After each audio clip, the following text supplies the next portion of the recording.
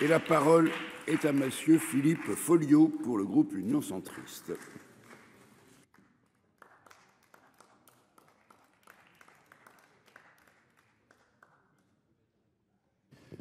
Monsieur le Président, Monsieur le Ministre, Monsieur le Président de la Commission, mes chers collègues.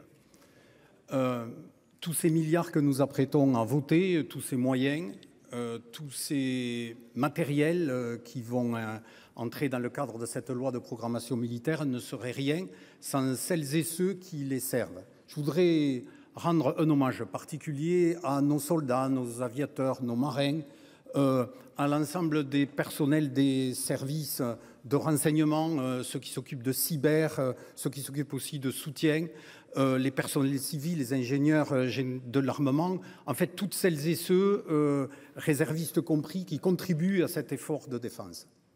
C'est un élément particulièrement important et essentiel. Monsieur le ministre, c'est la 5e loi de programmation militaire à laquelle j'assiste dans le cadre des débats parlementaires. C'est certainement la première et un élément important au travers de cette augmentation de budget.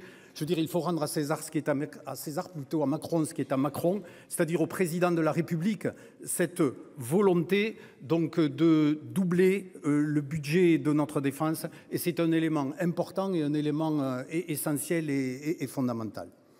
Je voudrais, dans ce cadre-là, dire combien il est important aussi de ne pas rester focalisé sur des enjeux d'actualité. Ce qui se passe en Europe de l'Est est un élément important et essentiel et nous devons continuer à appuyer, à soutenir nos amis ukrainiens dans leur combat pour les valeurs, pour la liberté, pour leur souveraineté, pour leur indépendance. Mais au-delà de ces éléments, il y a un certain nombre d'enjeux qui sont des enjeux particulièrement importants. Je voudrais en citer quelques-uns. Monsieur le ministre, cette loi de programmation militaire, malheureusement pour moi, à certains égards, elle manque d'audace. Si vous me permettez l'expression, nous sommes encore dans ce que je me permettrais de qualifier de global rikiki. C'est-à-dire donc une posture globale. Nous avons tout, de la dissuasion jusqu'au fantassin sur le terrain, mais nous avons tout en très petit. Et il est dommage de ne pas avoir eu cette capacité à pouvoir prioriser un certain nombre de choses. J'en citerai deux. D'une part, la capacité de projection, parce que ce qui fait la force, de nos armées, c'est cette capacité à pouvoir entrer en théâtre. Et puis le deuxième point, ce sont les forces de souveraineté. Les forces de souveraineté, c'est quelque chose d'important. 15 000 effectifs il y a 30 ans, 8 700 il y a 10 ans, moins de 7 000 aujourd'hui. Et c'est un enjeu important et majeur, parce que, au-delà du fait, comme vous l'avez dit, de la nécessité de tenir compte des enjeux régionaux, derrière cela se joue quelque chose qui est encore plus essentiel. C'est la capacité de notre pays à donner de la crédibilité à sa stratégie indo-pacifique.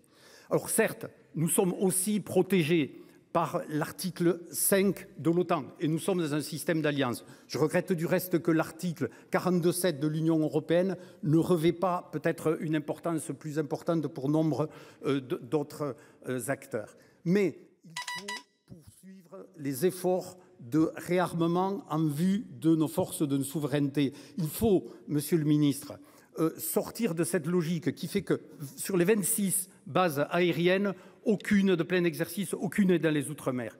Il faut sortir de la logique des deux moitiés, Brest-Toulon, pour aller pour notre marine nationale vers une logique des 4/4, Brest-Toulon, Saint-Denis de la Réunion, Nouméa ou Papeete pour le Pacifique. Il faut sortir de cette logique d'avoir uniquement des régiments tournants pour l'armée de terre, avoir des régiments prépositionnés pour avoir une capacité de projection à partir des Outre-mer. Ce sont tous ces enjeux qu'il faut relever. Et je crois qu'il y a, par rapport à tout cela, un objectif, une ambition collective que nous devons avoir. Nous défendrons un certain nombre d'amendements pour permettre ceci, pour essayer de faire de telle sorte qu'il puisse y avoir cette lisibilité, cette stratégie qui fasse que la France, finalement, ne se considère pas telle qu'elle croit être, c'est-à-dire continentale et européenne, mais qu'elle agisse en fonction de ce qu'elle est aussi au-delà du fait d'être continentale européenne, c'est d'être mondiale et maritime. Je vous remercie.